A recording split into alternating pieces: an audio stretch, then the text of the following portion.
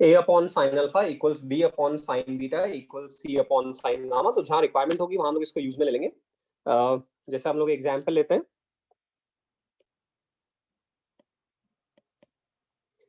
If vectors A B and C have magnitudes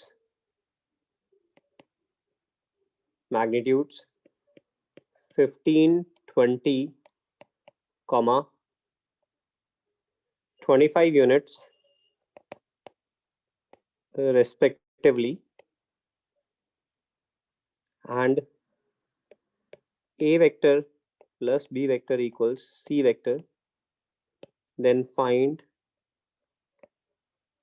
angle between b vector and c vector. Vectors a, b, c have magnitudes 15, 20 and 25 respectively, and a vector equals b vector plus c vector, then find angle between b vector and c vector. Note down कर लिया। अब अपने पास vectors के magnitudes को relate करने के, a और बी वेक्टर्स के एडिशन के मैग्नीट्यूड निकालने के लिए राहुल कौन सा फॉर्मूला है? Under root sir a vector plus B vector plus 2 a vector b vector cos theta. हाँ, थोड़ा गड़बड़ बोल रहे हो। A square plus B square plus 2ab cos theta under root है ना। सो सी स्क्वायर, सी स्क्वायर कर रहा हूं मैं, a square plus B square plus 2ab cos theta, ये हमारे पास फॉर्मूला है। और ये फॉर्मूला हमें क्या देगा? ये फॉर्मूला हमें जो ए बी और सी के मैग्नीट्यूड को थीटा से रिलेट करेगा। तो हमें ए बी सी तीनों का मैग्नीट्यूड मालूम है, तो यहां से थीटा आ जाएगा। बट ये थीटा कौन से वेक्टर्स के बीच में है? ए और बी के बीच में। ये थीटा ए और बी के बीच में है ना। तो ए और बी के बीच में एंगल थीटा आएगा, तो वहां से, और हमें निकालना है बी और सी के बीच का एंगल। तो फिर आगे देखेंगे कैसे होता है। पहले जिसका फॉर्मूला है उसके तो सॉल्व कर ले अपन। तो पूर्वांश, पहले ए और बी के बीच में एंगल निकाल लेते हैं। तो यहाँ वैल्यू सब्स्टिट्यूट कर देते हैं। 25 का स्क्वायर प्लस बराबर 15 का स्क्वायर प्लस 20 का square plus 2ab cos theta. तो यहाँ से ab cos थीटा की वैल्यू 0 आ रही है। a and b are non zero, that means cos theta equals 0, that means theta equals 90 degree. तो a और b के बीच में एंगल 90 डिग्री आ गया।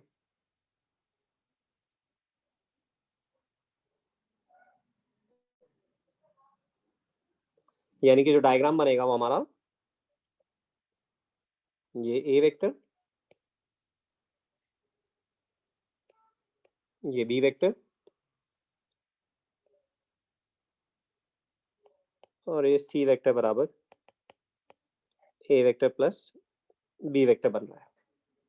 तो हमें जो एंगल है a और b के बीच का एंगल मालूम है, और हमें निकालना है c और b के बीच का एंगल। c और b के बीच का एंगल, c की डायरेक्शन ये रही, b की डायरेक्शन ये रही। तो c और b के बीच का एंगल ये हमें निकालना है, इसको फाई बोल देते हैं। ये हमें एंगल फाई निकालना है c और b के बीच की डायरेक्शंस का, मतलब कि ये एंगल निकालना है फाई। अभी राइट एंगल ट्राइंगल है तो फाई की वैल्यू निकालनी है। कौन सजेस्ट कर रहा है फाई की वैल्यू कैसे निकालें? Sir a sin theta upon b tan phi plus कर ले। a cos theta। Yes sir, tan phi। नहीं, b sin थीटा बराबर upon a plus b cos theta, वो तो हमें रिजल्टेंट वेक्टर, हाँ रिजल्टेंट वेक्टर का a वेक्टर के साथ एंगल देता है। सर तो मैंने a और b की वैल्यूज इंटरचेंज कर दी ना। ऑलराइट, आप बोल रहे हो a sin theta upon a plus b b cos theta, ऐसे बोल। Yes sir. या तो वो तरीका है, या इस राइट एंगल ट्राइंगल में डायरेक्टली अपन फाई के रिस्पेक्ट में tan फाई बोल सकते हैं a upon b, tan phi बोल सकते हैं अपन a अपॉन b। a की वैल्यू है 15, b की वैल्यू 20, दैट इज 3/4। तो फाई की वैल्यू आ रही है 37 डिग्री। फाई की वैल्यू आ रही है हमारी 37 डिग्री। स्नेहल, पहले अपन ने ए और बी के बीच का एंगल निकाल लिया, वो 90 डिग्री आ रहा है, राइट एंगल ट्राइंगल हो गया। अब हमें सी और बी के बीच का एंगल निकालना था, तो वो ट्राइंगल में दिख रहा है कि tan phi is a upon b, या sin फाई से भी निकाल सकते थे या cos फाई से भी निकाल सकते थे। सबसे वही एंगल आएगा, क्योंकि तीनों साइड्स मालूम है ना, और राइट एंगल ट्राइंगल है, तो जहाँ साइन फाई लिखो, टेन फाई लिखो, कॉस फाई लिखो, उसके अकॉर्डिंगली रेशियो की वैल्यू निकालोगे, एंगल वही आएगा। अब यदि स्नेहल ये अपना राइट एंगल ट्राइंगल नहीं होता, मान लो ये थीटा सॉल्व करने में सपोज 60 डिग्री आता, कुछ और आता, तो फिर क्या करते? तो मान साइन लो रूल ये अप्लाई कर सकते थे। फिर अपन साइन रूल अप्लाई करते, है ना। जैसे मान लो यदि इस तरह की सिचुएशन आती,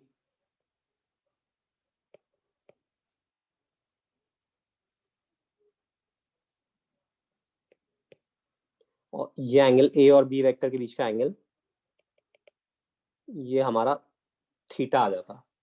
बताया था डायरेक्शंस के बीच का एंगल होता है, तो ए और बी के बीच का एंगल थीटा आ जाता है। ये तो ये थीटा आ जाता, तो अंदर वाला एंगल 180 माइनस थीटा होता, और बी और सी के बीच का एंगल निकालना है। बी और सी के बीच का एंगल ये मान लीजिए फाई है, बी और सी के बीच का एंगल। तो फिर अपन इस तरह से लिख लेते, a upon sine phi is equal to c upon sine 180 degree minus theta.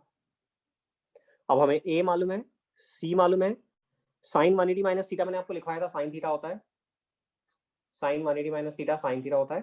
अब हमारे यहाँ से साइन फाई की वैल्यू आ जाती और फिर फाई की वैल्यू आ जाती। तो कभी राइट एंगल ट्राइंगल नहीं है और फिर एंगल्स और साइड्स को रिलेट करना है, तो ये हमारे पास इस तरह से यूज में आ जाएगा, यदि राइट एंगल ट्राइंगल नहीं होता तो। वेदांत क्या डाउट है? Polygon law is used to add more than two vectors. If a vector polygon is drawn,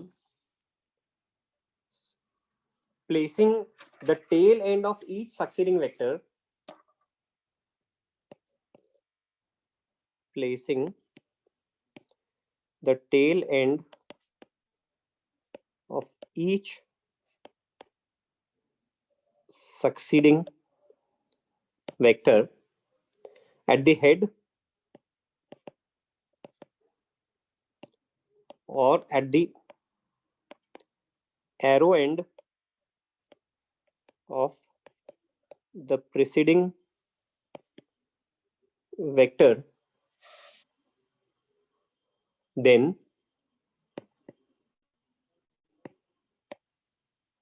their resultant is drawn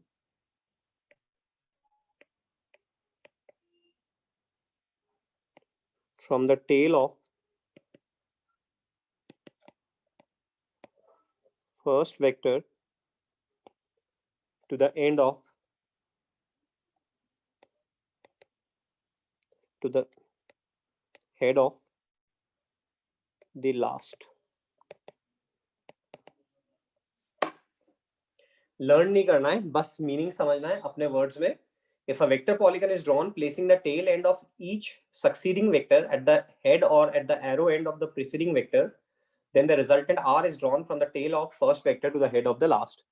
For example, मान लो जैसे ये वेक्टर a है, फिर ये वेक्टर b है, फिर ये वेक्टर c है, और ये मान लो d वेक्टर है, और हम बोल रहे हैं r vector is a vector plus b vector plus c vector plus d vector. इसके लिए कंस्ट्रक्शन करना है, तो हम क्या करें, सबसे पहले वेक्टर a ड्रॉ किया, अब फर्स्ट वेक्टर के हेड पे सक्सीडिंग वेक्टर का टेल डालना है। तो सक्सीडिंग वेक्टर b वेक्टर है, उसका टेल फर्स्ट वेक्टर के हेड पे डालना है।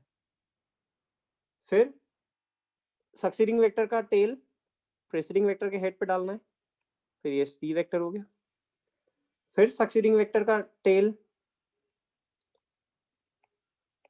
प्रीसीडिंग के हेड पे डालना है। तो ये हम लोगों ने चारों वेक्टर्स बना लिए। ये फर्स्ट वेक्टर की टेल है और ये लास्ट वेक्टर का हेड है। Now close the polygon, polygon close कर रहे हैं, और अब किधर से किधर लेना है, from the tail of the first vector to the head of the last vector, ये हमारा R वेक्टर है, which is A vector plus B vector plus C vector plus D vector.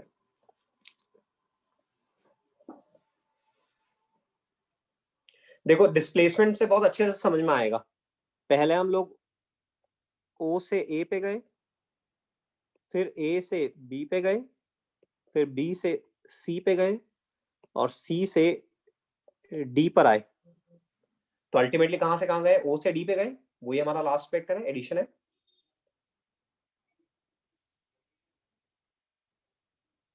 यहां हमारे पास कोई मैथमेटिकल फॉर्मूला नहीं होगा, केवल graphical होगा। मैथमेटिकल फॉर्मूला नहीं होगा यहाँ पे, केवल ग्राफिकल होगा ये।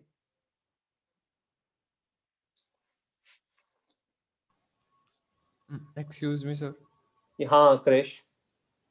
सर आपने जो बोला प्लीज वापस रिपीट कर देंगे सर, क्रैक हो गई थी वॉइस। डेफिनेशन या जो लास्ट में बोला वो?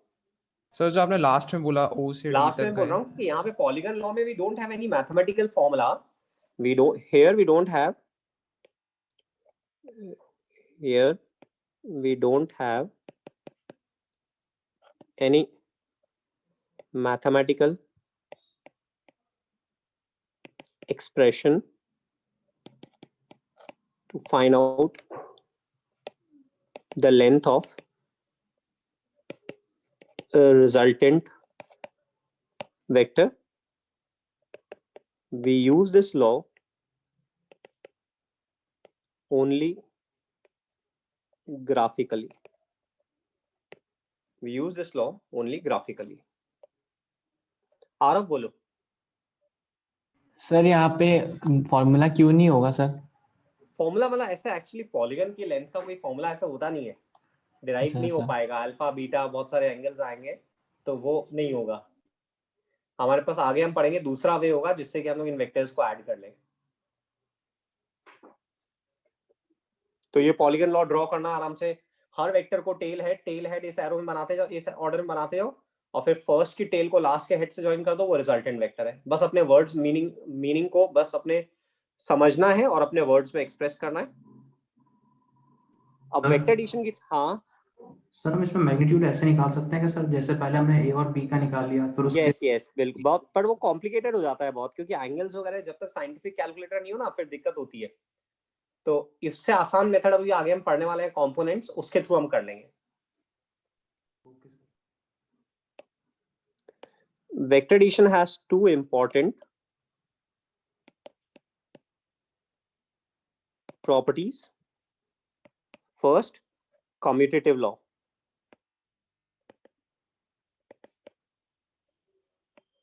Commutative law क्या है? Order of addition does not matter. The order of addition does not matter.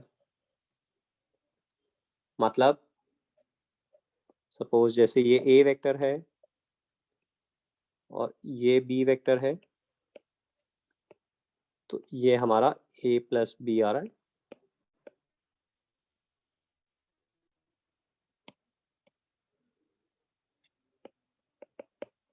ये हमारा A प्लस बी आ रहा है।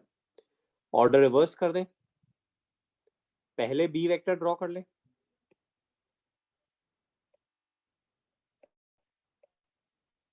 और फिर A वेक्टर ड्रॉ कर लें।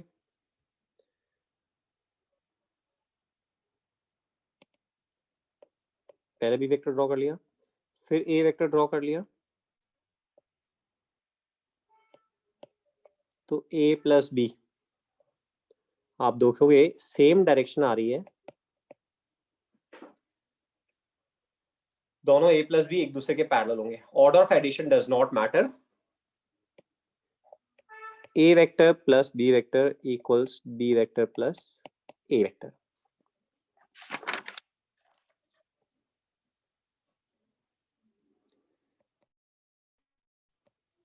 सेकंड है associative law.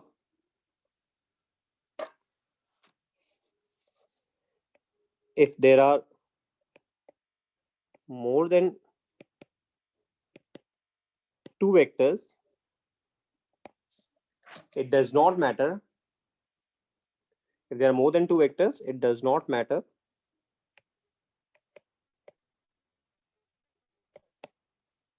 how we group them. मतलब a प्लस b पहले करें और फिर उसमें c ऐड करें, या पहले a प्लस c कर लें, पहले b प्लस c कर लें और फिर उसमें a को ऐड करें, सेम आएगा. This is associative law.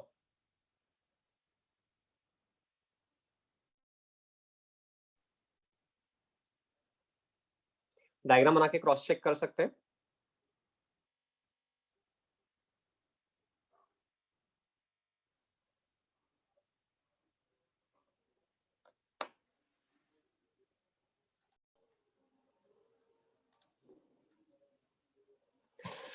तो अपन क्या करें, पी क्यू क्यू आर और 3RS ड्रॉ करें.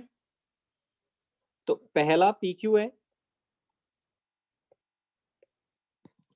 दूसरा क्यू आर है और तीसरा 3RS है. 3RS का मतलब हो गया जितना पी क्यू क्यू आर और आर क्यू करना चाहिए था ना, A B C A. O S मैंने गलत ले लिया actually.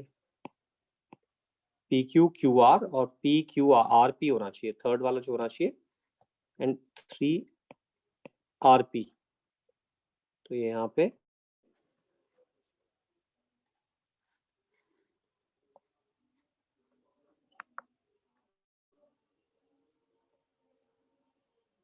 P Q Q R and 3RP. तो इधर ही हो जाएगा ऑप्शन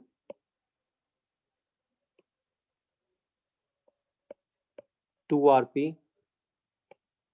ये हो जाएगा जस्ट RP.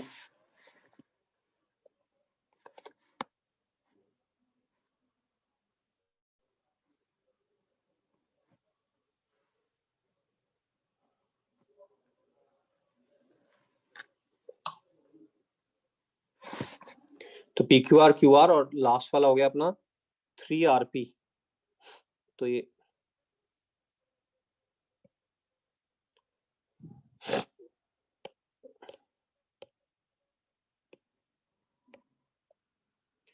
जो थर्ड है, तो एडिशन कितना हो जाएगा? एक्चुअली PQR और RP का एडिशन तो 0 हो जाएगा. तो बचेगा कितना अपने पास? 2RP बचेगा, है ना. सो PQ plus QR plus 3RP is PQ plus QR plus RP plus 2RP. इसको ऐसे ब्रेक कर लो और इन तीनों का रिजल्टेंट 0 हो गया. तो हमारे पास बचाइए 2RP. परफेक्ट है, क्योंकि वो एक क्लोज पॉलीगन बना रहे हैं इसलिए उनका रिजल्टेंट 0 हो गया. तो ये 3 वेक्टर है, 4 वेक्टर है, 5 वेक्टर है, यदि क्लोज पॉलीगन बना रहे हैं एक ऑर्डर में तो उनका रिजल्टेंट 0 रहेगा. सर एक बार फिर से बता दो. भाई PQ QR और RP का तो रिजल्टेंट 0 हो गया. अब RP के बाद में नेक्स्ट बाकी लेंथ कितनी है? 2RP और है, तो बस वो बच जाएगी अपने पास 2RP. Is that okay? Yes sir.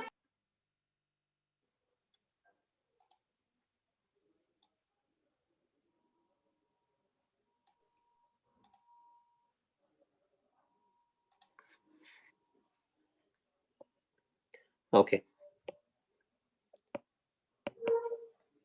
जैसे ये मैंने बनाया AB BC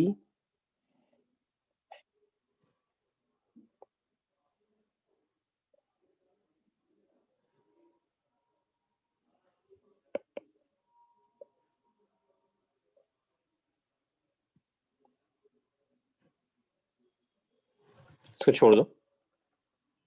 तो ये पॉलीगन लॉ देख लिया अपने, कम्यूटेटिव और एसोसिएटिव प्रॉपर्टी अपन ने देख ली. अब हम लोग आते हैं नेक्स्ट. तो अभी तक हम लोगों ने क्या पढ़ा है? वेक्टर्स का representation, addition of vectors, triangle law, parallelogram law, उसके based formula, and then polygon law. और पॉलीगन लॉ को कैसे यूज में लेते हैं वो भी अपन देखा. एक और पॉइंट यहाँ पे जो हमारा बचता है वो ये बचता है, if we have n vectors of equal magnitude, if we have n vectors of equal magnitude and the angle between adjacent vectors is 360 degree upon n, then their resultant is 0.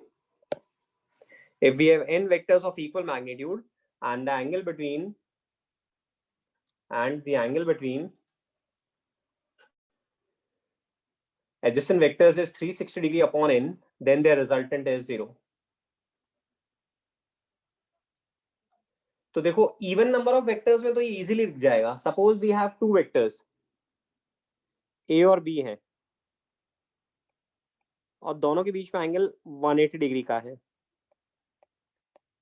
और दोनों का मैग्नीट्यूड बराबर है, तो ये आपस में cancel हो जाएंगे. रिजल्टेंट कितना होगा? 0 होगा. राहुल, अपने पास 4 वेक्टर्स हैं और एडजेसेंट के बीच में एंगल 90 डिग्री है और चारों का मैग्नीट्यूड बराबर है. क्लियर कट दिख रहा है? आमने सामने वाले कैंसिल हो जाएंगे, बी और डी कैंसिल हो जाएंगे, ए और सी कैंसिल हो जाएंगे. रिजल्टेंट कितना हो जाएगा? 0 हो जाएगा. तो इवन नंबर ऑफ वेक्टर्स में तो ये इजीली दिख जाएगा कि ए और बी कैंसिल हो रहे हैं, सी मतलब ए और डी के सी कैंसिल हो रहे हैं, बी और डी कैंसिल हो रहे हैं. ऐसे ही हेक्सागन में देखोगे तो आमने वाले सामने वाले कैंसिल हो जाएंगे. अब ऑड नंबर्ड में देखते हैं. ऑड नंबर्ड में मेरे पास जैसे ये 3 वेक्टर्स हैं, ये 3 वेक्टर्स हैं ए बी सी और एडजेसेंट वेक्टर्स के बीच में 360 डिग्री अपॉन 3 यानी कि 120 डिग्री का एंगल है और a बराबर b बराबर c दिया हुआ है. a बराबर b बराबर c दिया हुआ है. 120 का एंगल है. ओके, अब यहां पे तो नहीं दिख रहा कि ये तीनों कैंसिल होंगे या नहीं होंगे. कौन मेरी हेल्प करेगा? स्नेहल. सर ए और बी वेक्टर का रिजल्टेंट सर θ/2 पे होगा सर 60 डिग्री पे, तो सर वो सी के एकदम ऑपोजिट होकर कैंसिल हो जाएगा. और ए और बी की जब दोनों बराबर मैग्नीट्यूड के 120 पे तो उनका रिजल्टेंट भी ए ही आएगा. वो अपन ने देखा था. सर तो वो सी से Yes, कैंसिल हो sir. जाएगा, है ना. अब इसको ग्राफिकली देखते हैं. जैसे 5 में थोड़ा और मुश्किल हो जाएगा प्रूव करना, ऐसे करेंगे तो 3 में तो ठीक है, 5 में थोड़ी दिक्कत हो जाएगी. Sir sir component regular polygon बन जाएगा सर 360 ये by रेगुलर पॉलीगन बन जाएगा. जैसे सबसे पहले अपन वेक्टर ए ड्रॉ करें, तो ये वेक्टर ए ड्रॉ किया. अब इससे 120 डिग्री के एंगल पे वेक्टर बी है, तो इसकी डायरेक्शन ये है. इससे 120 डिग्री के एंगल पे वेक्टर बी बनाएंगे. ये इससे 120 डिग्री का एंगल हो गया. अब बी वेक्टर की डायरेक्शन से 120 डिग्री के एंगल पे जब सी वेक्टर बनाएंगे तो वो ऑटोमेटिकली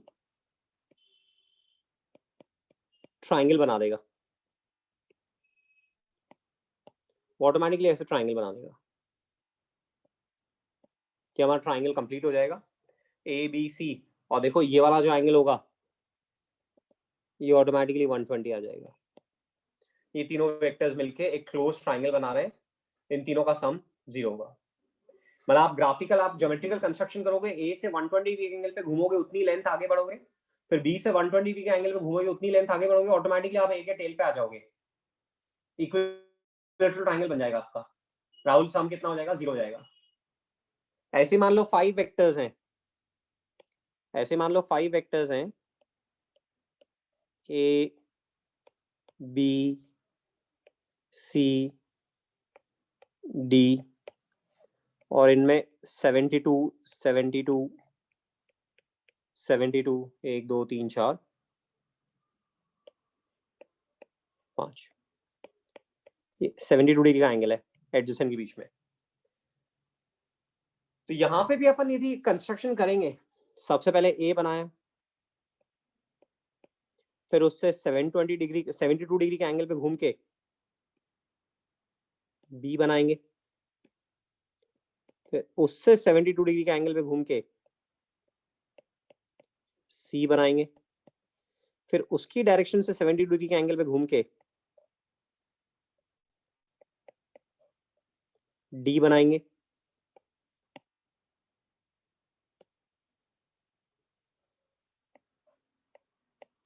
और फिर उसकी डायरेक्शन से 72 डिग्री के एंगल पे घूम के बनाएंगे ई, तो ऑटोमेटिकली वो क्लोज पॉलीगन बन जाएगा, पेंटागन बन जाएगा, अपने आप कंस्ट्रक्शन से ऐसा होगा। तो हमें इस रिजल्ट को डायरेक्टली यूज में लेना है कि हमारे पास n वेक्टर्स हैं इक्वल मैग्नीट्यूड के, और एडजेसेंट वेक्टर्स के बीच में एंगल 360 डिग्री अपॉन n है, अपन स्ट्रेट अवे बोलेंगे उनका रिजल्टेंट कितना होगा, 0 होगा, there resultant will be 0।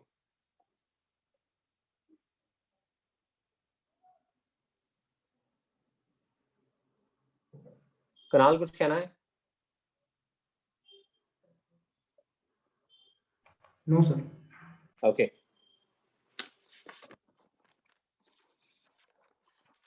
Addition of vectors से रिलेटेड पॉइंट्स हम लोगों ने कवर किए।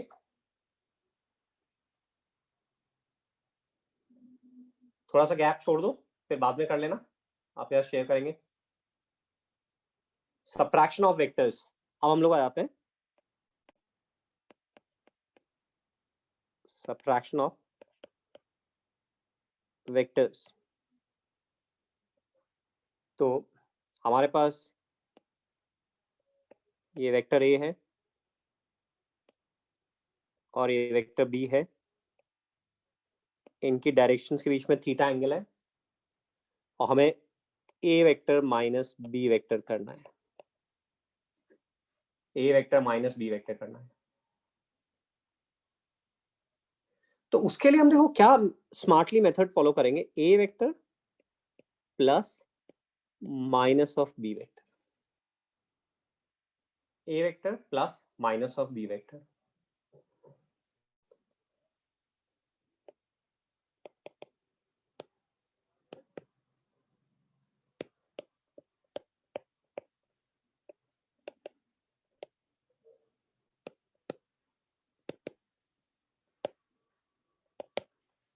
Consider two vectors a and b at an angle theta with each other. हमें vector a minus vector b करना है, तो a vector plus minus of b vector हो गया। आ रहा हो minus b vector b vector से कैसे रिलेटेड है सर वो same magnitude and same opposite magnitude opposite direction. Direction. तो हम वेदांत क्या करेंगे, vector a plus vector minus b करना है, तो पहले वेक्टर a ड्रॉ किया और वेक्टर माइनस b, ये वेक्टर माइनस b हो जाएगा, और a वेक्टर और b वेक्टर के बीच में एंगल थीटा था, तो a वेक्टर और माइनस b वेक्टर के बीच में एंगल 180 डिग्री माइनस थीटा हो जाएगा। पॉलीगन लॉ से, पैरेललोग्राम लॉ से पैरेललोग्राम कंप्लीट करें,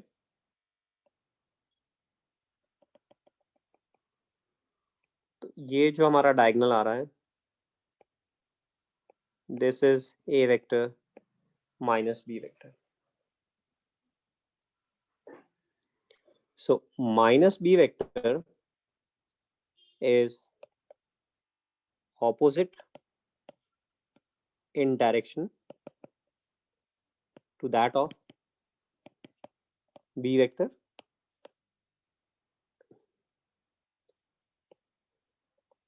minus b vector is opposite in direction to that of b vector, and magnitude of minus b vector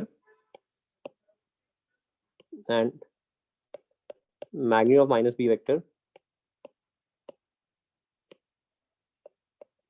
is same as magnitude of b vector. Minus B vector direction में opposite है but magnitude same है, तो हमें A vector minus B vector करना है, तो अपन ने रिया बी वेक्टर को रिवर्स किया, वो माइनस बी हो गया और उसको ए में ऐड कर दिया। ऐसे ट्राइंगल लॉ से भी जा सकते हैं, ट्राइंगल लॉ से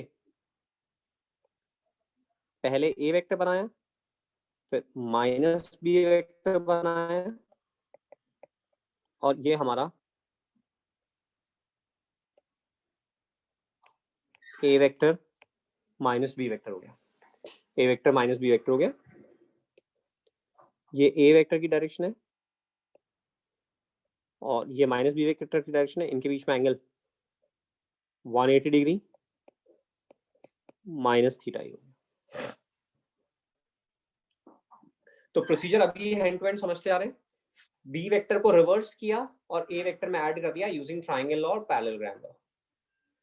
स्नेहल फॉर्मूला कैसे यूज में लें, जो पहले था वो वाला फॉर्मूला कैसे यूज में लें स्नेहल?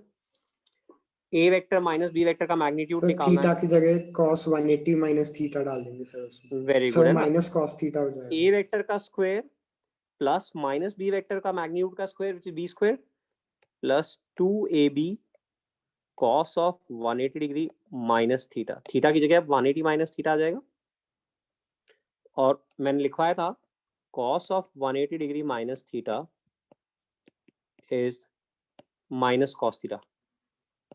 ये मैंने आपको पहले लिखवाया था। तो ये हो जाएगा हमारा a square plus B square minus 2ab cos theta. और इसे tan एंगल निकालेंगे रिजल्टेंट का ए वेक्टर के साथ में। रिजल्टेंट का ए वेक्टर के साथ में एंगल अल्फा आ रहा है, तो tan अल्फा हो जाएगा अपना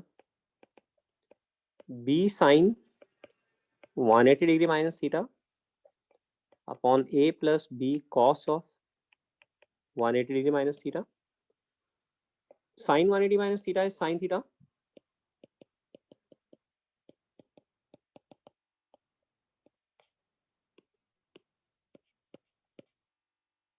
तो b sine theta upon a minus b cos theta. तो अल्टीमेटली ये हमारा फॉर्मूला आ गया कि a और b वेक्टर थीटा एंगल पर है, तो a और minus B vector 180 minus theta पर है और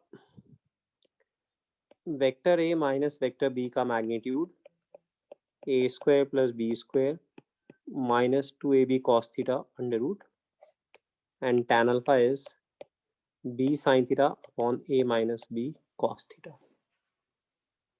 तो ये हमारे पास सब्ट्रैक्शन का फॉर्मूला आ गया। जहां प्लस cos थीटा आ रहा था वहां पे जस्ट माइनस cos थीटा करना है। A vector minus B vector का मैग्नीट्यूड आ गया।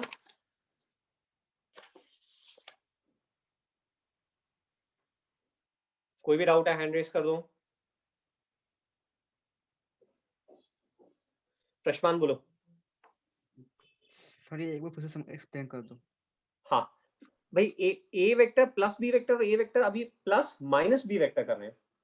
तो ए वेक्टर प्लस बी वेक्टर और a vector plus minus B vector में डिफरेंस इतना सा है कि ए और बी का मैग्नीट्यूड वही है जो ए और माइनस बी का है, बट एंगल अब ए और माइनस बी के बीच में 180 माइनस थीटा है।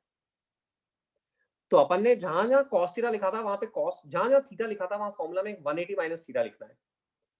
तो cos थीटा अपना माइनस cos थीटा हो जाएगा। cos 180 minus theta is minus cos theta. तो हमारा फॉर्मूला एडिशन का सब्ट्रैक्शन का हो गया a square plus b square minus 2ab cos theta और tan अल्फा हो गया b sin theta upon a minus b cos theta. तो इससे हम लोग एंगल में निकाल लेंगे और डायरेक्शन में निकाल लेंगे। Is it okay? Yes sir. Okay.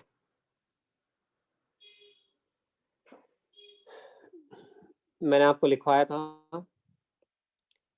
1 plus cos 2 theta is 2 cos square theta and 1 minus cos 2 theta is 2 sin square theta.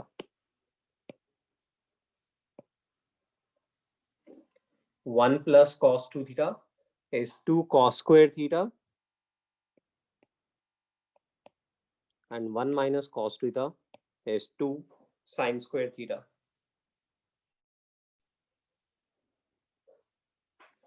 तो आप स्पेशल केसेस देखें।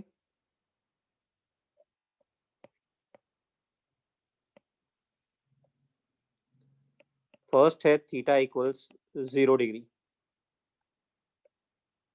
तो ये ए वेक्टर है और ये बी वेक्टर है।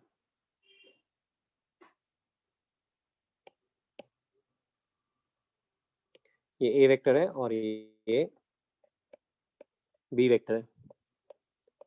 तो mod of A vector minus B vector, देखो ऊपर से थीटा A 0 minus डिग्री है B. तो जस्ट ए माइनस बी हो जाएगा। Just mod of A minus B हो जाएगा। मालूम नहीं कौन बड़ा कौन छोटा। है ना, मॉड ऑफ मतलब vector A minus vector B just mod of A minus B हो जाएगा। अब यहाँ पे समझना, इसमें जैसे ये ए वेक्टर है और माइनस बी वेक्टर ये है, तो ऐसे में रिजल्टेंट किस डायरेक्शन में आएगा, ए वेक्टर की डायरेक्शन में, बी वेक्टर की डायरेक्शन में। बी का मैग्नीट्यूड ए के मैग्नीट्यूड से छोटा है, तो इन दोनों ए वेक्टर्स में वेक्टर की डायरेक्शन। कौन सा डोमिनेट करेगा, ए वेक्टर डोमिनेट करेगा, यस सर। Yes sir. है ना। तो a minus B vector is directed along a vector, और यही मान लो बी ए से बड़ा है,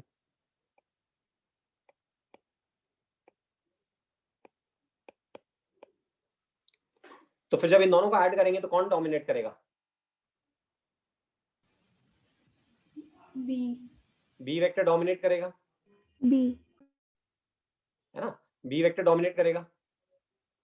yes sir.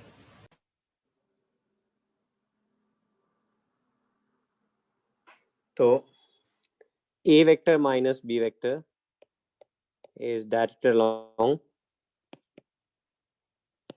minus b vector, जो बड़ा है वो डोमिनेट करेगा। a और माइनस बी में जो बड़ा है उसके अकॉर्डिंगली डायरेक्शन होगी, a बड़ा है तो a के अलोंग डायरेक्शन होगी, माइनस बी बड़ा है तो माइनस बी के अलोंग डायरेक्शन होगी, और दोनों बराबर हैं तो रिजल्टेंट कितना हो जाएगा, 0 हो जाएगा।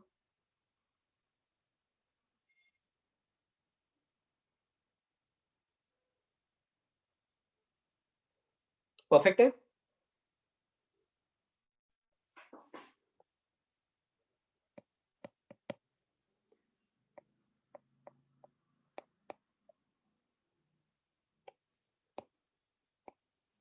सेकेंड केस ले रहे हैं, थीटा बराबर 180 डिग्री।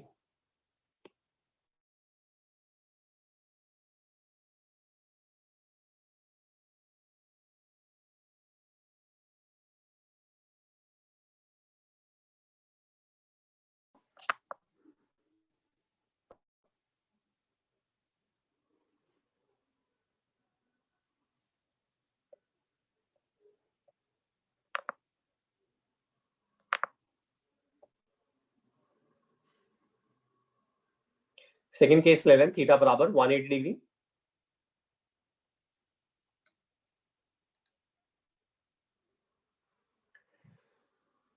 तो अब ए वेक्टर इधर है, बी वेक्टर इधर है, तो ए वेक्टर ऐसे और माइनस बी वेक्टर इस तरफ आ जाएगा,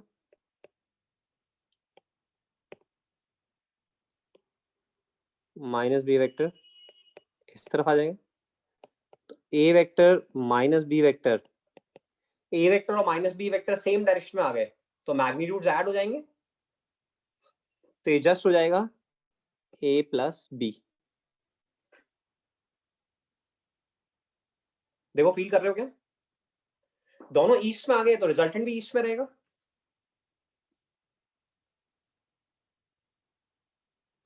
रिया समझते भी जा रहे हैं हैंड टू हैंड।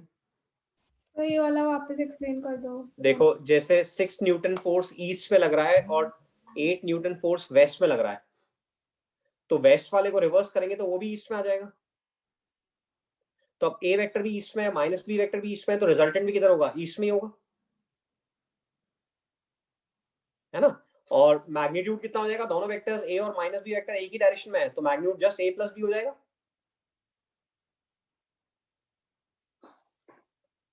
केस 3 लेते हैं हम लोग, थीटा 90 डिग्री है, तो ए वेक्टर बी वेक्टर, तो ए वेक्टर माइनस बी वेक्टर, ये हमारा ए माइनस बी हो गया। तो 90 डिग्री के केस में हम जब फॉर्मूला में cos 90 रखेंगे तो 0 हो जाएगा, या इस राइट एंगल ट्राइंगल से भी देख सकते हैं, mod of vector A minus B just A square plus B square हो जाएगा, है ना। तो ये स्पेशल केस है ये स्पेशल केस है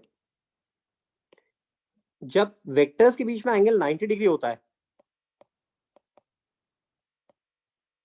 a vector plus B vector mod is equal to a vector minus B vector mod theta equals 90 degree. दोनों वेक्टर्स 90 डिग्री के एंगल पर हैं, तो ऐसे में a vector plus B vector निकालो या a vector minus B vector निकालो, दोनों का मैग्नीट्यूड कितना आ रहा है? Under root a square plus B square आ रहा है।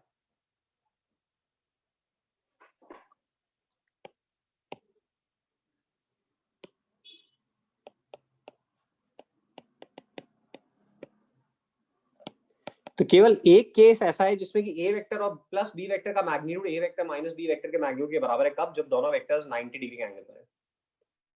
और इसको समझ सकते हो, रेक्टेंगल के दोनों डायगोनल्स बराबर होते हैं। तो देखो, जैसे मैं आपको बना के दिखाता हूं, ये ए वेक्टर है और ये बी वेक्टर है। अपने पैरेललोग्राम कंप्लीट किया, तो ये वाला जो डायगोनल है ये तो है a प्लस बी, ओके। और ये वाला जो डायगोनल है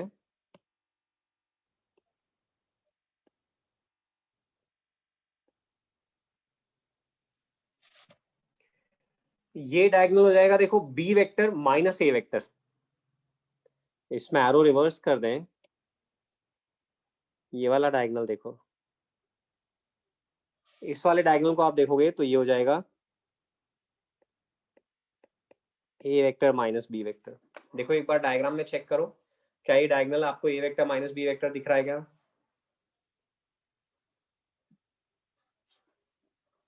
देखो, नीचे वाली साइड a है तो ये ऊपर वाली साइड भी a है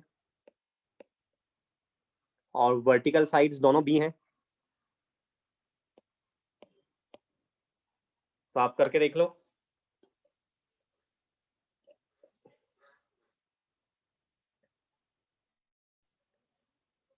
जो पर्पल वाला पिंक पर्पल है वो तो a प्लस बी है, और जो ऑरेंज वाला है वो a माइनस बी है। और रेक्टेंगल में दोनों डायगोनल्स बराबर लेंथ के होते हैं, इसलिए a vector minus B vector की length a vector plus b vector की लेंथ के बराबर है। कोई भी डाउट आ रहा है तो फायर कर दो। जैसे ऑरेंज वाला वेक्टर आपको नहीं मालूम पड़ रहा है कि क्या है वो, a माइनस बी है, b माइनस a क्या है, तो मान लो उसको r है वो। और अब देखो ट्राइंगल लॉ से देखो, r vector plus b vector बराबर a वेक्टर दिख रहा है। ऑरेंज वाले को r माने तो r वेक्टर टेल हेड, फिर टेल हेड b वेक्टर और फिर head tail, r plus B a के बराबर आ रहा है। r प्लस बी a के बराबर आ रहा है कि r क्या है? a माइनस बी है। देखो, ये ऑरेंज वाला, इसको अपन ने माना ये r वेक्टर है, फिर ये वाला अपना b वेक्टर है। तो देखो ऑर्डर फॉलो हो रहा है ना, टेल हेड, और फिर ये रिवर्स ऑर्डर है। तो यहां से हमें मालूम पड़ रहा है कि r vector plus b vector बराबर a वेक्टर, यानी कि r1 वेक्टर क्या है? r1 vector a vector minus b vector है। ऐसे ट्राइंगल लॉ से चेक कर सकते हैं रिया। ऑरेंज वाले को मैंने r1 वेक्टर माना तो r1 vector plus b vector diagram में a वेक्टर दिख रहा है ट्राइंगल लॉ से, तो r1 प्लस b बराबर a, तो r1 is a minus b आ रहा है अपना। तो इस रेक्टेंगल में एक डायगोनल a माइनस बी है, दूसरा डायगोनल a प्लस बी है, और रेक्टेंगल के डायगोनल्स की लेंथ बराबर होती है, इसलिए a माइनस बी का मैग्नीट्यूड a प्लस बी के मैग्नीट्यूड के बराबर है।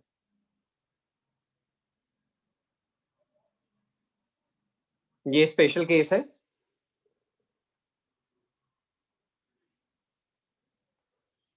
अभी तक कोई भी डाउट आ रहा है तो एक बार फायर कर दो।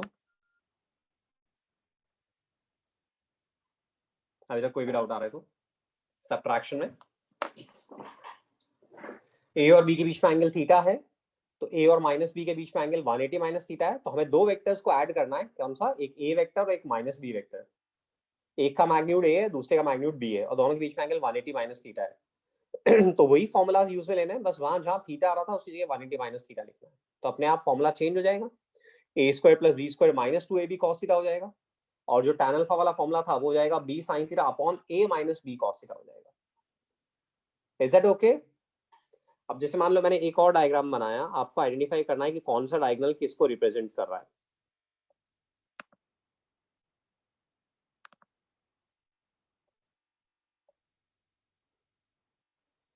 मान लो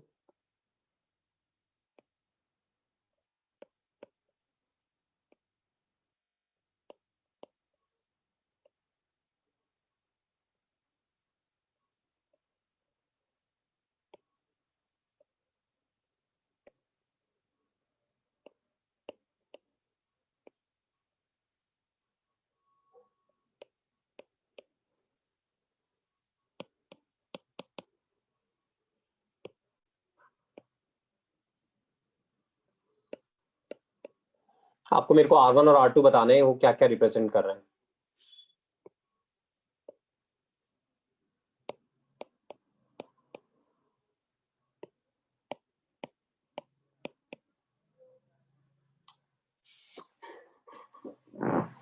Sarvesh, R1 vector. Sir, R1 vector is A minus B. No, sir, R1 vector is B minus A and R2 vector is A plus B. उसी में गलती हो जाएगी, B माइनस A करना है, A माइनस B करना है, वो ध्यान से करना है, उसी में गलती हो जाएगी। स्नेहल, R1 वेक्टर क्या डिनोट कर रहा है, R2 वेक्टर क्या डिनोट कर रहा है? बाकी लोग भी वीडियोस ऑन करो।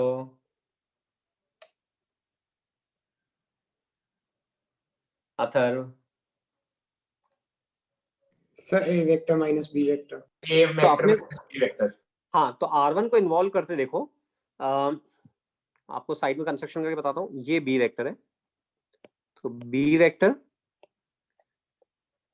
प्लस R1 वेक्टर बराबर A वेक्टर। ट्राइंगल लॉ से ऐसा आ रहा है, ट्राइंगल लॉ से आ रहा है B vector plus R1 vector बराबर A vector. So R1 is A minus B। और उधर R2 वेक्टर को अपन देखें तो R2 वेक्टर तो पैरेललोग्राम लॉ से सीधा दिख ही रहा है, A और B के कॉमन इनिशियल पॉइंट से स्टार्ट हो रहा है, तो R2 तो A प्लस B है, वो तो दिख ही रहा है अपने को, है ना। तो R2 वेक्टर तो हमारा A प्लस B है ही, और R1 वेक्टर जो है वो A माइनस B है। अब दोनों डायगोनल्स की लेंथ बराबर कब होगी? जबकि रेक्टेंगल होगा। रेक्टेंगल में दोनों डायगोनल्स की लेंथ बराबर होती है, सही है। तो R1 वेक्टर हमारा आ गया। अब मैं आपसे पूछ रहा हूं, when will R1 equals R2 and when will R1 vector perpendicular to R2 vector?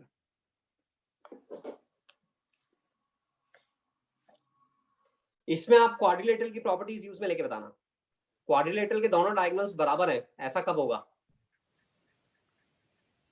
Sir, when it is a rectangle or square.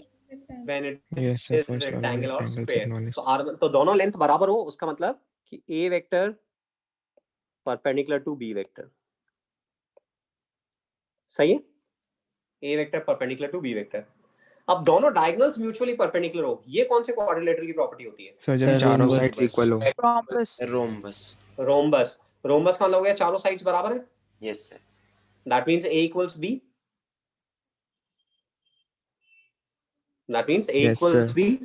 Rhombus तब बनेगा जब चारों साइड्स इक्वल हो, यानी कि A equals B। दोनों वेक्टर्स लेंथ में बराबर है, तो ऐसे में A प्लस B वेक्टर और A माइनस B वेक्टर आपस में म्यूचुअली परपेंडिकुलर होंगे। तो ऐसे जब भी क्वेश्चन आता है, रटना नहीं है अपने को लर्न कुछ भी नहीं करना है इसमें से, बस कैसे अपने डिराइव किया वो समझना है, और ऑन द स्पॉट अपन लगा लेंगे क्वाड्रिलेटरल की प्रॉपर्टी।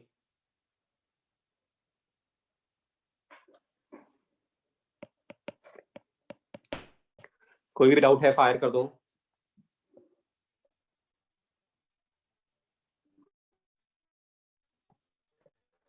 सर एक बार फोर्थ स्पेशल केस है। इस क्वेश्चन में हम ऐसे कह रहे हैं, पहले तो मैंने आपको पैरेललोग्राम बनाया, उसमें दोनों डायगोनल्स बनाए, और मैंने आपको आइडेंटिफाई करना सिखाया कि भाई R1 किसको डिनोट कर रहा है, R2 किसको डिनोट कर रहा है। तो ट्राइंगल से उनको रिलेट कर लो। जैसे दिख रहा है B प्लस R1 बराबर A, tail head tail head head tail, तो B प्लस R1 बराबर A, तो यानी कि R1 is A minus B। ऐसा R2 तो दिख रहा है पैरेललोग्राम लॉ से A प्लस B है।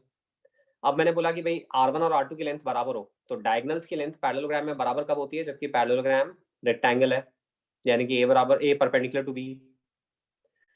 फिर मैंने बोला दोनों डायगोनल्स म्यूचुअली परपेंडिकुलर हो, तो क्वाड्रिलेटरल रोम्बस में दोनों डायगोनल्स म्यूचुअली परपेंडिकुलर होते हैं। रोम्बस कब बनेगा ये पैरेललोग्राम? जब a इक्वल्स b है तो रोम्बस बन जाएगा। ठीक है Darshana? Yes sir. Okay, fourth case है a इक्वल्स b, दोनों वेक्टर्स बराबर मैग्नीट्यूड के हैं और फिर सबट्रैक्ट कर रहे हैं। तो a vector minus b vector is a square plus a square minus 2a into cos theta under root, which is 2a square minus 2a square cos theta under root, which is 2a square 1 minus cos theta under root. What is 1 minus cos theta? 2 sin square theta by 2. ऊपर देख लो, register में ऊपर देख लो अपने, 2 sin square theta by 2, तो ये हो गया 2a square into 2 sin square theta by 2, under root लेंगे तो आ जाएगा 2a sin theta by 2। तो ये हमारे लिए स्टैंडर्ड हो गया कि a vector minus b vector mod equals 2a sin theta by 2 when a इक्वल्स b वेक्टर। और कितने एंगल पर होगा देखो, ये a वेक्टर है, ये b वेक्टर है, तो ये माइनस b वेक्टर है, ये एंगल थीटा है, तो ये 180 माइनस थीटा है, और जो रिजल्टेंट होगा वो हाफ एंगल पे होगा, तो 180 माइनस थीटा का हाफ मतलब 90 माइनस थीटा बाई 2 पर होगा। दोनों से आधे आधे एंगल पर होगा, एंगल बाइसेक्टर के लूंगा, यानी 90 माइनस थीटा बाई 2 पर होगा। देखो समझ में आ रहा है क्या? Yes sir. तो vector a minus vector b is along the angular bisector of vector a and minus vector b। Magnitude भी मालूम पड़ गया और कितना एंगल पर है वो भी मालूम पड़ गया अपने को। सो this is subtraction of vectors. Special cases देख लिए, सबट्रैक्शन ऑफ वेक्टर्स देख लिया। अब हमारे पास नेक्स्ट डेफिनेशन आती है null vector. Null vector, null vector is a vector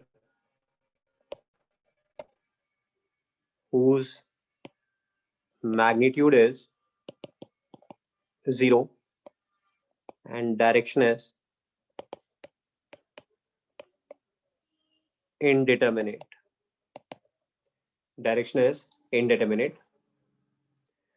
जैसे a vector plus minus a vector, ये नल वेक्टर है।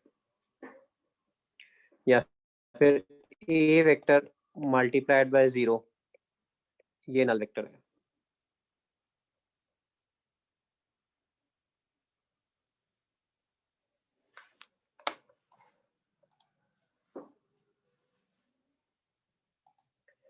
तो बस क्या होता है देखो, किसी भी एक्सप्रेशन में LHS में भी वेक्टर है तो RHS में भी वेक्टर होना चाहिए, LHS में स्केलर है तो RHS में भी स्केलर होना चाहिए। तो अब जैसे दो वेक्टर जो इक्वल मैग्नीट्यूड के उनको सबट्रैक्ट कर रहे हैं, तो दो वेक्टर्स तो LHS में तो वेक्टर है, अब राइट साइड पे 0 आएगा, बट वो भी वेक्टोरियल रिप्रेजेंट होना चाहिए, तो 0 के ऊपर एरो बना देता है। तो उससे हमारी ये कंडीशन सैटिस्फाई होती है कि भाई जो LHS में वेक्टर क्वांटिटी तो RHS में वेक्टर है। बट इस 0 वेक्टर की डायरेक्शन इनडिटरमिनेट है, हमें नहीं मालूम इसकी डायरेक्शन किधर है। We can not define its direction. It is a vector but its direction is indeterminate. तो एज सच हमारे न्यूमेरिकल्स में काम नहीं आएगा। कभी दो वेक्टर्स को ऐड करने पे भी 0 आ जाता है, तो प्रिसाइजली हमें उसको 0 वेक्टर ये तो लिखना है। सिर्फ एक थ्योरी वाली बात हुई ना? ये केवल थ्योरी वाली बात है, न्यूमेरिकल्स वाली बात नहीं है, केवल थ्योरी वाली बात है कि कभी सॉल्व करने पे दो वेक्टर्स का सबट्रैक्शन 0 आ रहा है ना, तो अब आप उसको केवल 0 लिखोगे तो वो एक्चुअली मतलब आपने करेक्टली वे में नहीं लिखा है। मीनिंग तो ठीक है कि 0 है, बट करेक्ट वे में नहीं लिखा है, बस उसके ऊपर एरो लगा दो तो वो करेक्ट वे में लिखना हो गया। तो ये केवल थियोरेटिकल पॉइंट है, एज सच न्यूमेरिकल में काम नहीं आएगा। टू आइडेंटिकल वेक्टर्स को सबट्रैक्ट करने पे 0 वेक्टर मिलेगा। राहुल, 0 वेक्टर की लेंथ 0 है और डायरेक्शन इनडिटरमिनेट है।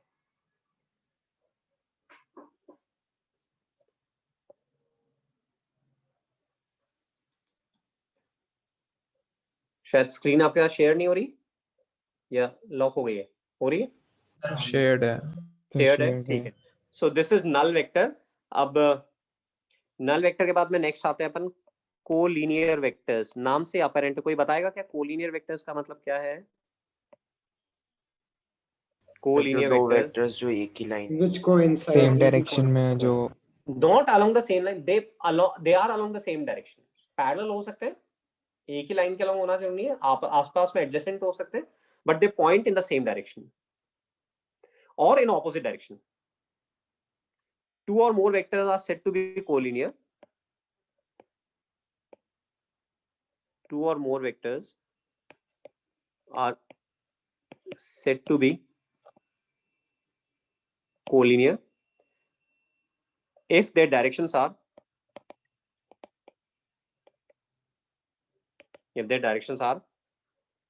parallel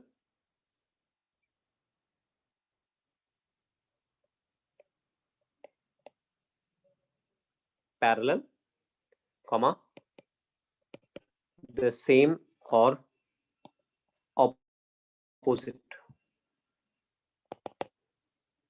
irrespective of their magnitudes. जैसे ये वेक्टर ए है और ये वेक्टर बी है, ये कोलिनियर है। ये वेक्टर ए है, ये वेक्टर बी है, ये कोलिनियर है। दोनों वेक्टर्स एक ही लाइन के अलॉन्ग है, दोनों वेक्टर्स एक ही लाइन के अलॉन्ग है, सेम डायरेक्शन में या ऑपोजिट डायरेक्शन में, तो उनको अपन बोलेंगे कि वो कोलिनियर वेक्टर्स है। तो जस्ट डेफिनेशन है, ध्यान रखने में हो। कोप्लेनर कौन बताएगा? so vectors in the same plane. Vectors lying in the same plane. तो दो वेक्टर तो हमेशा ही कोप्लेनर होंगे, दो लाइंस तो हमेशा ही कोप्लेनर होंगी। Yes तो sir. यहाँ है ना, तो 3 or more vectors are said to be coplanar. 3 or more vectors are said to be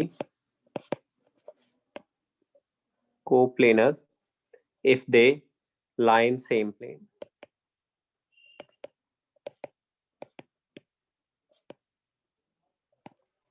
Three or more vectors are said to be coplanar if they lie in same plane.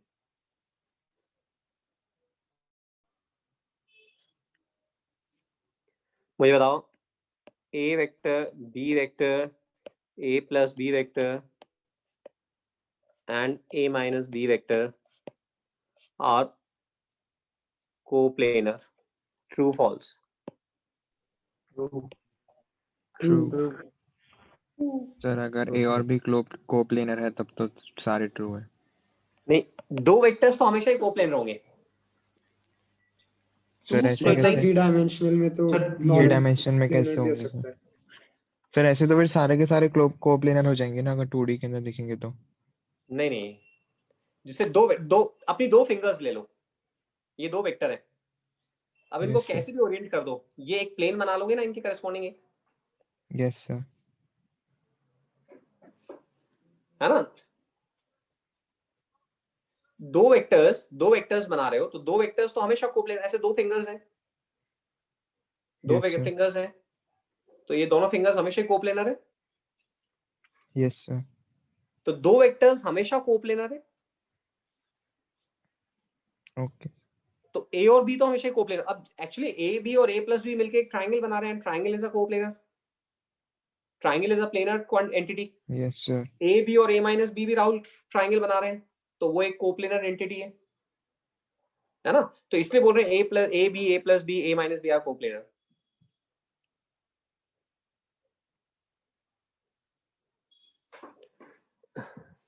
कोई doubt है तो बोलना।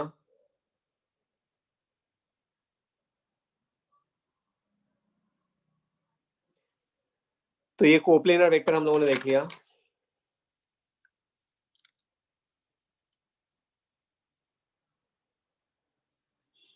इसके बाद में last हम लोग आज का लेक्चर का unit vector unit vector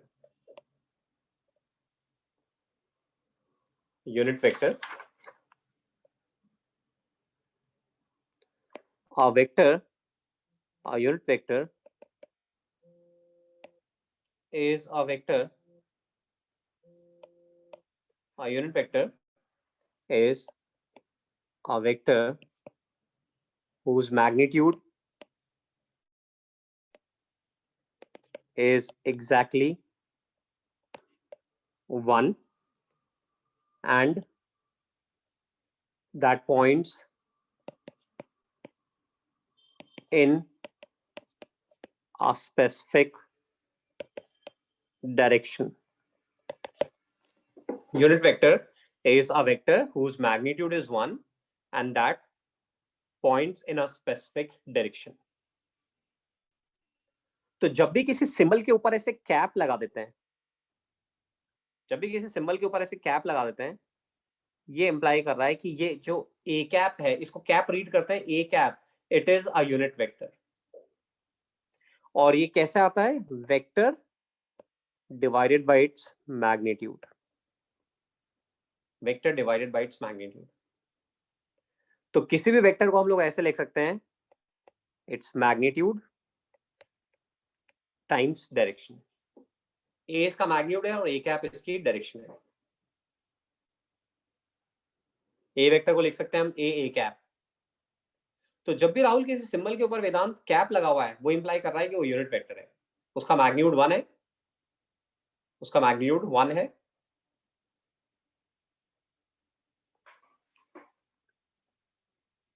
So the unit vectors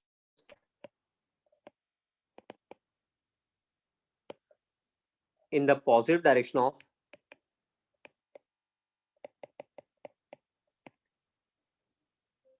positive directions of x, y and z axis are labeled as, ध्यान है पढ़ाया था, I cap, J cap, K cap. I cap, J cap and K cap respectively. तो जैसे for example मैंने velocity vector लिखा -3 I cap meters per second. Krrish, इसका क्या मतलब है -3 I cap meters per second? Sir वो x एक्सिस की नेगेटिव साइड में 3 मीटर पर सेकंड की स्पीड से जा रहे हैं. मैग्नीट्यूड 3 मीटर पर सेकंड और डायरेक्शन -x में. मैंने फोर्स लिखा 6 K कैप न्यूटन. तो फोर्स का मैग्नीट्यूड 6 न्यूटन है और डायरेक्शन +z में है. डायरेक्शन +z में. तो ऐसे I cap, J cap, K cap ये स्टैंडर्ड यूनिट वेक्टर्स है जो +x, +y, +z में, और -I cap, -J cap, -K cap, -x, -y और -z डायरेक्शन में पॉइंट कर रहे हैं. तो जैसे हम लोगों ने फॉर एग्जांपल मैंने सपोज ए कैप एक यूनिट वेक्टर डिफाइन कर दिया. A cap is like suppose मैंने a cap is directed along east.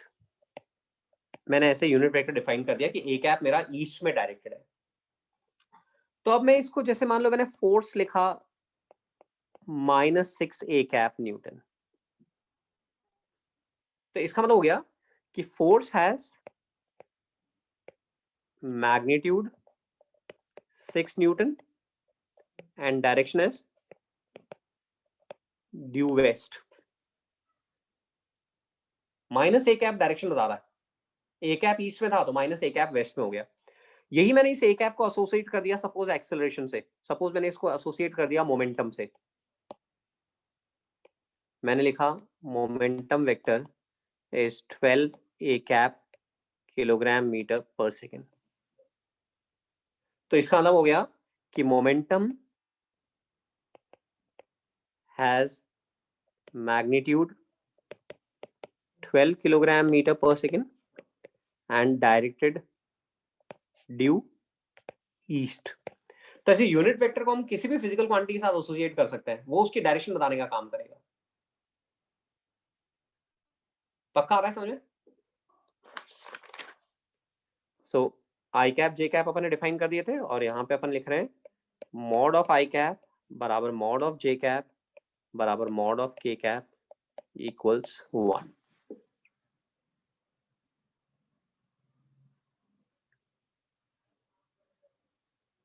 कोई भी डाउट आ रहा है फायर कर देना।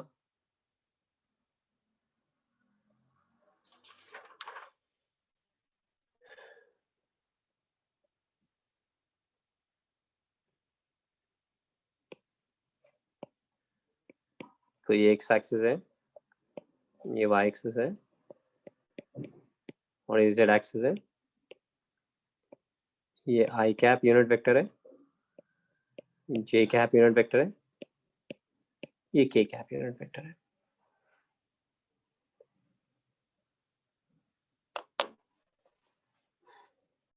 होमवर्क में एक्सरसाइज 1 क्वेश्चन 1 to 34 और सेक्शन रिव्यू 1 ये अपना फिनिश करना है। तो एक्सरसाइज का सेपरेट रजिस्टर रहेगा, वही डबल कॉलम में करेंगे, पेज नंबर डालेंगे। चाहे क्वेश्चन डायरेक्ट आंसर आ रहा हो, मेरी बात समझना, देखो एक बार समझाऊंगा, आपको बार बार समझाने की जरूरत नहीं होनी चाहिए, मैं आपसे एक्सपेक्ट करता हूँ। तो डबल कॉलम होगा, पेज नंबर होगा और हर क्वेश्चन के लिए आप नंबर डालोगे 1 2 3। डायरेक्ट आंसर आ रहा है उसके आगे आंसर लिख दो, कोई दिक्कत नहीं है। बट हमारी एक हैबिट हमें जनरेट करनी है कि हम हर क्वेश्चन को सिस्टमैटिकली रिप्रेजेंट करते हैं, क्योंकि लेटर स्टेज पे आपको किसी भी क्वेश्चन का सोल्यूशन चाहिए होगा तो आपके पास प्रॉपर आपका डेटाबेस तैयार होना चाहिए। तो ऐसा नहीं मैंने तो रफ में कर लिया था, इधर कर लिया था, उधर कर लिया था, मेरे को सिस्टमैटिक काम चाहिए। चाहे मैं आपसे ये नहीं एक्सपेक्ट नहीं कर रहा हूँ कि आप सबको वर्ड बाय वर्ड लिखो, नहीं। यदि किसी चीज को पढ़ के डायरेक्ट आंसर दिख रहा है, आप डायरेक्ट लिख दो, 1 के आगे ए लगा दो, दैट्स इट, खत्म। बट आपको लिखना है, मतलब हर क्वेश्चन का नंबर होना चाहिए, उसके आगे कुछ भी लिखना हो, चाहे वो एक लाइन में हो रहा हो तो एक लाइन में लिख दो, बट लिख के अपने को फिनिश करना है। वो अपने को हैबिट शुरू से डालनी है, उसमें कोई इफ एंड बट नहीं है। मैंने रफ वर्क का रजिस्टर सेपरेट बनाने के लिए बोला था कि रफ का सेपरेट रजिस्टर होना चाहिए और रफ भी सिस्टमैटिक अपने को करना है। जब भी पढ़ते हैं तो लिख लिख के रफ में पढ़ना है अपने को अच्छे से। होमवर्क की एक्सरसाइज शीट और सेक्शन रिव्यू की अलग कॉपी हो गई, लेक्चर नोट्स की अलग कॉपी हो गई, और सेम बाकी सब्जेक्ट्स में ये चीज फॉलो करो, ठीक है। हेलिडेरेस एक मैंने आपको पीडीएफ शेयर किया था, तो उस पीडीएफ में अब देख लेना कंटेंट्स मैंने जहां तक कवर किए यूनिट वेक्टर्स तक, वहां उसमें से भी लाइन बाय लाइन रीड करो। बुक को रीड करना है, जरूर से रीड करना है, अपने हैबिट डेवलप करनी है। बहुत अच्छे लेवल पे हम डेवलप करना होना चाहते हैं तो हमें बुक पढ़ने की आदत डालनी है। जो मीडियोकर स्टूडेंट्स रहते हैं एकेडमिकली, उनके लिए बुक पढ़ना डिफिकल्ट होता है, बट आपको बुक पढ़ना है क्योंकि आपको बहुत सारी चीजें बहुत बेटर वे में एक्सप्लोर करनी है, डेप्थ में जाना है कंटेंट्स में। तो आदतें आसान चीजों से आदतें डलती हैं, आदतें आसान चीजों से डलती है। अभी ऐसे चैप्टर में ऐसे नहीं बुक पढ़ोगे तो भी कोई फर्क नहीं पड़ेगा, बट इसके थ्रू हम हैबिट डेवलप करने की कोशिश कर रहे हैं, बुक पढ़ने की हैबिट डेवलप करने की कोशिश कर रहे हैं। तो इसलिए बुक के 2 पेज 3 पेज जितने भी मैंने कंटेंट कवर किए हैं वो हेलिडेरिस्टिक्स में पढ़ लेना है। कोई पॉइंट समझ नहीं आता है, नोट करके रखना है, व्हाट्सएप ग्रुप पे डाल देना है इसका मीनिंग क्या है ना। पीडीएफ मैंने आपके साथ शेयर कर दी है, सेट का पीडीएफ में शेयर कर दूंगा, बट आप कोशिश करो कि आप हार्ड कॉपी यहाँ से आके कलेक्ट कर लो, किसी से कलेक्ट करवा लो। Is it okay? ठीक है, किसी को कोई और इशू है क्या? नो? तो मैं क्लोज कर रहा हूँ फिर। Thank you. Thank you sir. Thank you sir. Thank you sir. Thank you, sir. Thank thank you sir. You.